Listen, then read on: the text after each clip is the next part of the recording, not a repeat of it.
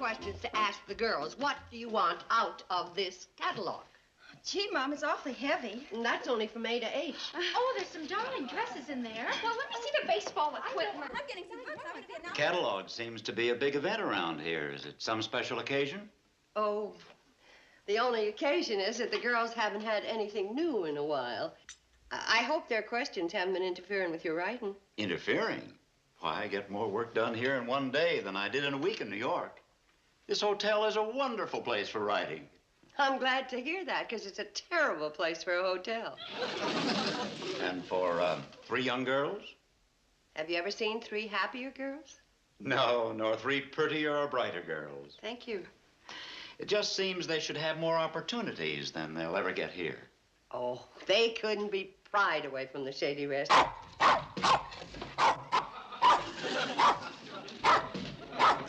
There's nobody in New York can announce trains better than that little fellow.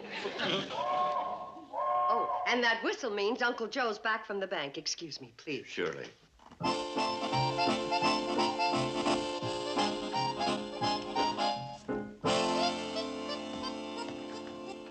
Uncle Joe, you mean Mr. Gurney wouldn't... He said he was sorry, but he was running a bank, and it just wouldn't be good business. But lending money is a bank's business, and I've always paid the interest on time. Well, it wasn't the interest he was principally interested in. What he was principally interested in was the principal. How can a bank be so mean? I got a good mind to send back their calendar.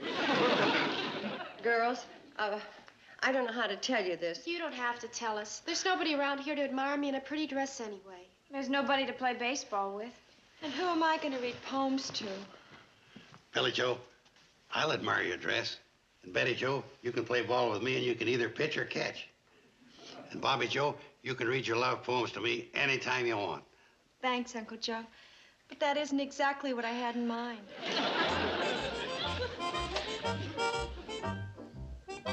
I see what she means, but I'm the best I got to offer. No, it isn't fair to the girls. Maybe we ought to move somewhere where there's more teenagers like themselves. Move?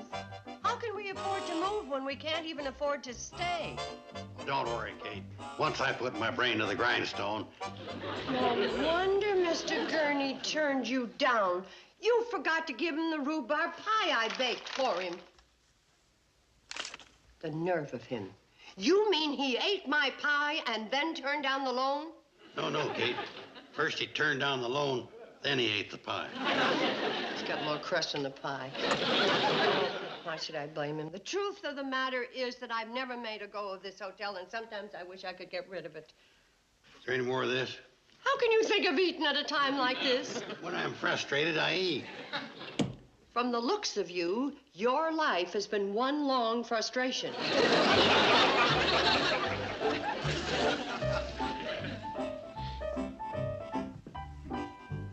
Mrs. Bradley.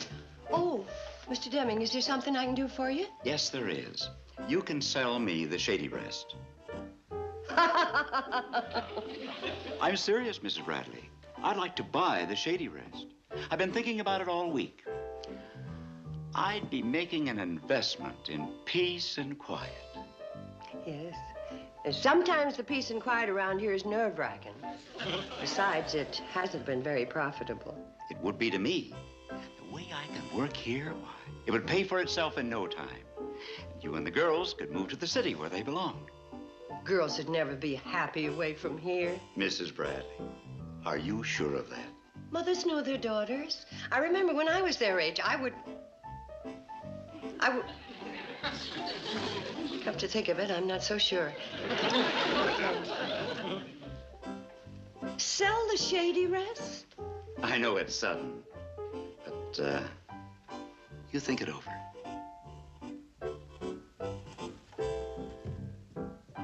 Sell the Shady Rest?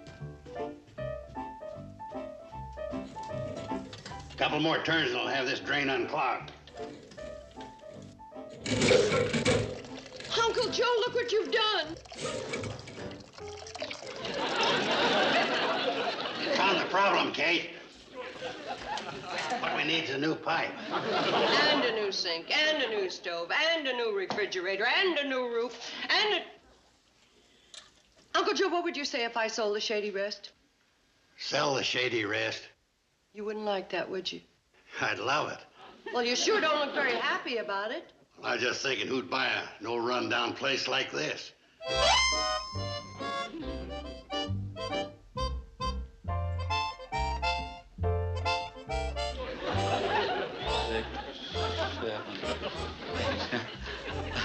I'm just getting an idea of the size of the lobby. You know, figuring how I'd remodel it if I owned the hotel. Oh. Did you say own the hotel? That's right. You'd be interested in buying this rundown? You'd be interested in buying the Shady Rest? I sure would.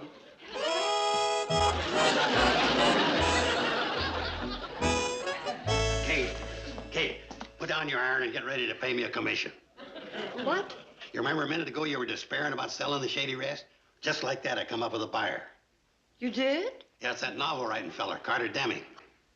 Uncle Joe. First, I gotta think of some way to unshamble the place, make it more attractive to him. Uncle Joe, Mr. Deming already told me he likes the Shady Rest. Kate, I'm gonna sell it to him without him even knowing he's being sold. Uncle Joe!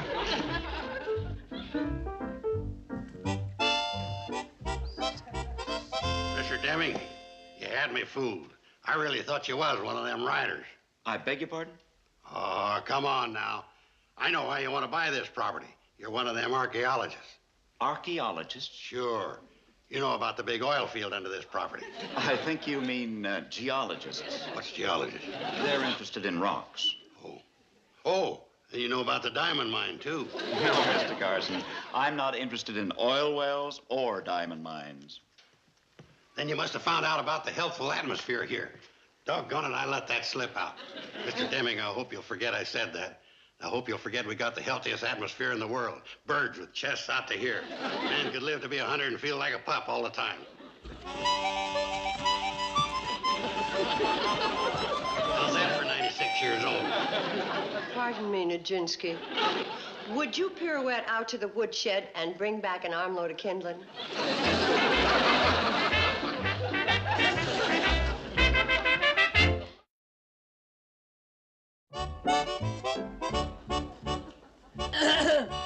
We're pretending we're living in New York, and I'm the world's most glamorous model.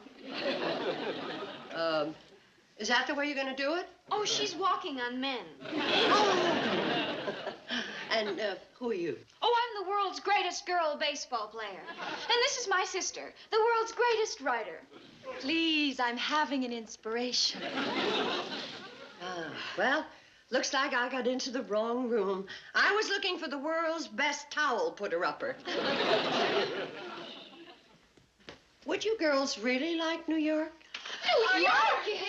Oh, Mom, it's fabulous. And Betty should know. She spent almost a week there. There is no question about it. New York is the most exciting city in the world. What other exciting cities have you seen? Well, we practically flew right over Philadelphia. Just wait till I show you New York.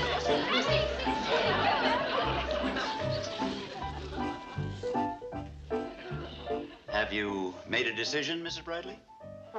Well, one, I was wrong about Uncle Joe and the girls not being happy any place but here. I'll give you $10,000 for the Shady Rest. 10,000? My goodness, I knew we had peace and quiet, but I didn't think we had that much. The Shady Rest isn't worth anywhere near $10,000. It is to me. And think what that money would do for the girls. A new environment, opportunities, college. College? I never thought I could send them to college. I knew you'd see the advantages. Here's my check for $1,000 as a deposit. I don't know. I just don't know. Mrs. Bradley, you're aware of your financial situation here. You're aware of what Uncle Joe and the girls want. And you know you'll never get a better offer. I think you really do know what you should do.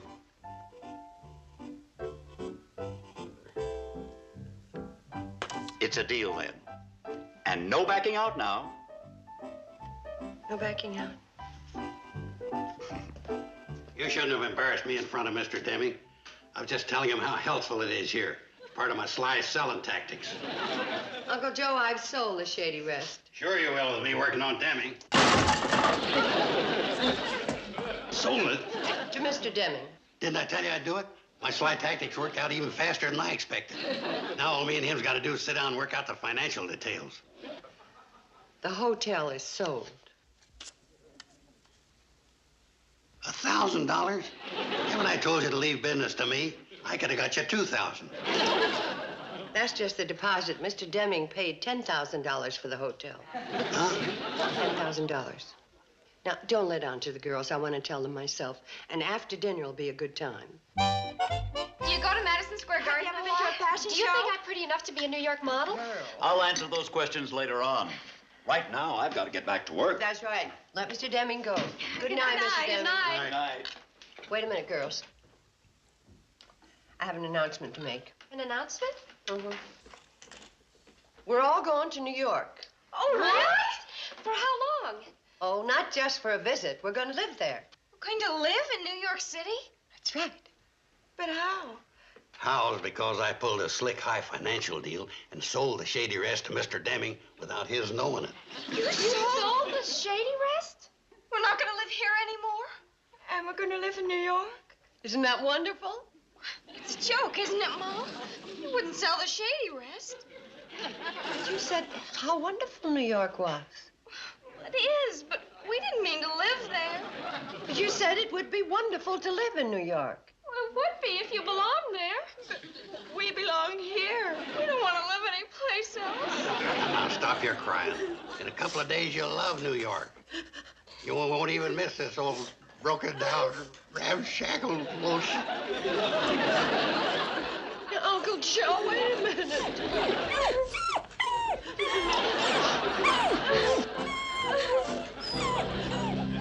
Kate, I've been thinking, we got to cancel out New York. Uncle Joe, you might as well accept the fact that the hotel is sold. But Kate, if I leave, what's going to happen to the Hooterville Fire Department band? What if there's a fire? And who's going to organize the Elks picnic? The music will be better, the fires will be put out sooner, and the Elks picnic will be held in a more suitable place than Scully's Swamp. But if he... It's no use. I shook hands with Mr. Deming and promised not to back out. Kate, I ain't talking about you backing out. I'm talking about him backing out. He's not gonna back out. He's getting a lot of work done, and he loves the peace and quiet around here more than ever. But Kate, what are you yapping and wagging your tail about? You ain't gonna like New York. Your rabbit chasing days are over. You're gonna find yourself stuck in a city apartment 50 stories above the pavement. Gonna have to learn to bury your bones in concrete. Hey, Fred. Yes. Want to talk to you. Well, come on over here. We won't have to holler. Can't, your hog's clogging up my sinuses. Well, then get upwind from it. Want to make a deal with you, Fred. Yeah. How about renting me your hogs? Renting? Well, now, I never had no experience renting hogs. What do you want to rent them for? Oh, we got this writing fellow over at the hotel we want to discourage. We figure your hog's in there going full blast. No, just at that blame minute. Oh, no offense, Fred. Since this is a city feller, we figured your hog's in there a-fragranting and an oinking around the hotel. Well, now, in that case, I'd have to charge you by the oink. Nobody's going to have time to stand around counting oinks. Got to have some way to figure it.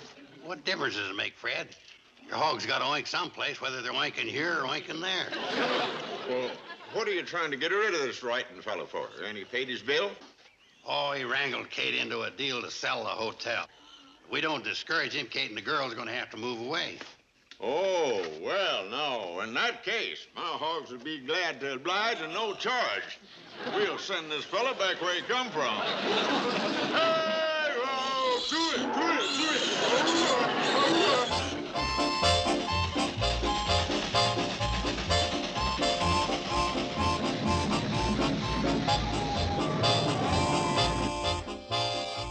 Come on, boys, hurry it up, hurry it up. Let's go. Okay, Floyd, open that door real wide to release that hog aroma. They're gone. Gosh, Fred will kill us. Uh-oh. You ain't paying passengers. What are you doing in the coach? Joe, we told you to fasten that coach door tight. It's lucky for us. The wind's blowing straight towards the hotel. I'll bet Demi's getting a whiff of them hogs right now. Get them oinks to going. Sorry to bother you, Mr. Deming, but I thought I'd better close this window. Window? What for? On account of the aroma that comes in regular this time every day. I don't notice anything. Then you ain't breathing. Here, take a deep one.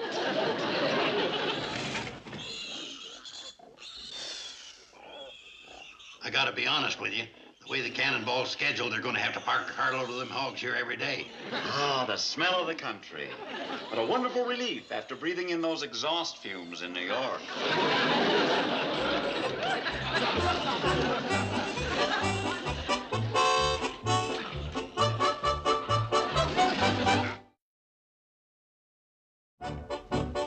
Okay, boys, he's up there working. Let's start destroying the piece in the quiet. All right, which one should we destroy first? We don't destroy the cannonball. Don't be selfish. You don't want Kate and the girls to go away to New York, do you? No. Then stop yapping and start whacking.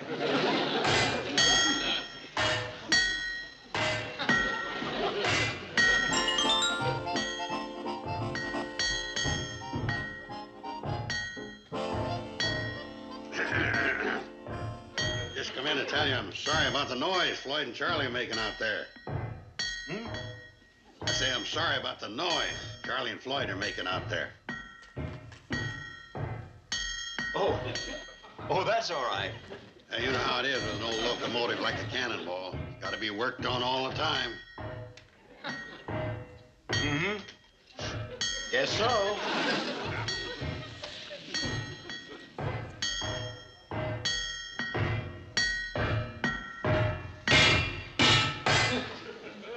There's Joe's signal. He wants more noise. Yeah, you keep on with the hammer and I'll add some extras.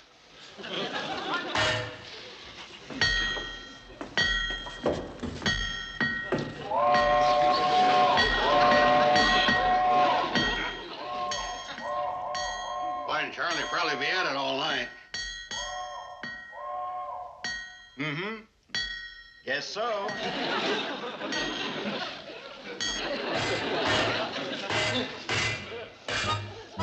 Girls, you're not eating breakfast. We're kind of tired. We didn't get any sleep last night. Who did? Boy, what a racket. You'd think Charlie and Floyd would have picked a better time to fix the cannonball. That's no way to talk. The boys worked all night so you and the other kids could get to school on time. Good morning, everybody. Good morning, Mr. Dillon. Ah, smells good and looks good.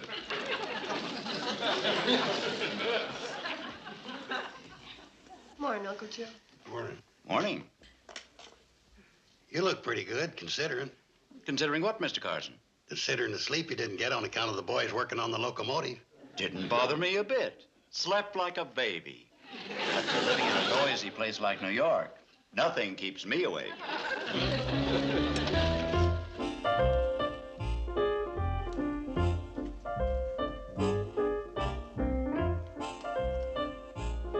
Uncle Joe! I just had an interesting talk with Floyd and Charlie, and what have you got behind your back? What back? The back you're using to hide something from me. Uncle Joe? What's in there? Ain't nothing, Kate. Just a few friendly mosquitoes. Friendly enough to bite Mr. Deming, so he'll think this is an unhealthy place to live and back out of buying the hotel? Now, Kate, you're jumping to conclusions. I was just getting together an act. Oh, it'll never top the act you've been doing so far. Floyd and Charlie told me about the phony breakdown of the cannonball and the hogs. Oh, they did they? Yes. And let's get one thing straight. The hotel is sold, and we're sticking to the deal. But, Kate, we... Oh, Mr. Deming, did you enjoy your walk? Mrs. Bradley, I enjoy everything about this place. The walks, the food, How do you like the mosquitoes? What mosquitoes? Ones that always show up here around this time of year. Uncle Joe. They come back here like the swallows come back to Capistrano. Only our mosquitoes is bigger. Uncle Joe's making a little joke. Very little. You're quite a card, Mr. Carson.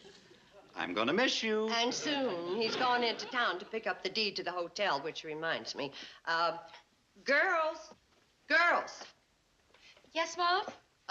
You better go along with Uncle Joe and keep an eye on him. I better go along and keep an eye on you. And you better come along and keep an eye on me.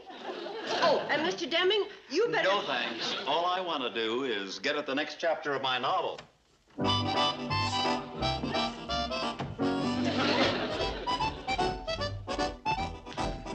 Well, that's that. Uh-oh. I just forgot something. Kate, I'll meet you and the girls on the train. Well, hurry it up. Supper's late already. Hey, Sam. Now, Sam, I don't want you to take this the wrong way, but there could be a few loopholes in this deed. Oh, not a chance. I drew that up myself. Well, that's just the point. As our attorney, you might sneak in a few. I guess I could do that. But as county clerk, I'd be bound to catch 'em. You might not notice them. Bound to. And as sheriff, I'd have to arrest myself. Well, as county judge, you could give yourself a real light sentence. You know what you've just tried to do? You've just attempted to bribe 4 county officials to do something illegal. All right, I'm a reasonable man. We'll do it legal then. Look it up in the book. All right, I'll get my do-it-yourself Blackstone.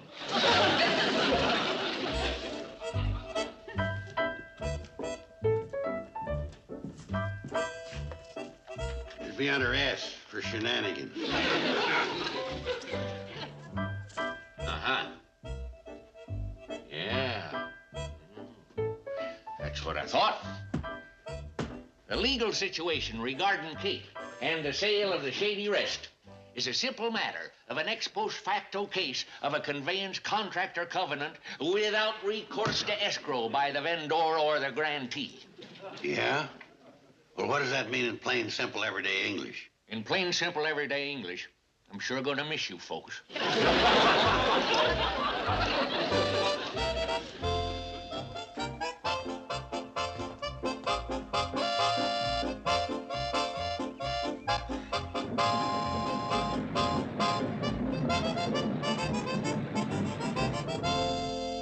I thought you'd never get back. Well, it took us a little longer than we figured. You must be starved. I'll start supper right away. That can wait. Oh. Well, here's your deed. Mrs. Bradley, I'm going to be very direct. I'd like to back out of our deal.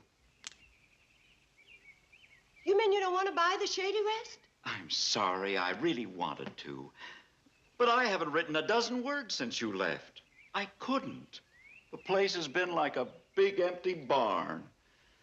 I realized that what made me happy here wasn't the hotel or the peace and quiet. It was the spirit of the place. The nice, warm feeling that you and the girls and Uncle Joe give it. Without you all here, I wouldn't stay a week. I hope you're not disappointed. Disappointed? Mr. Deming, I didn't think I would ever say this again for the rest of my life. What? You have just made me the happiest woman in the whole wide world. That's wonderful. Well, pleasure.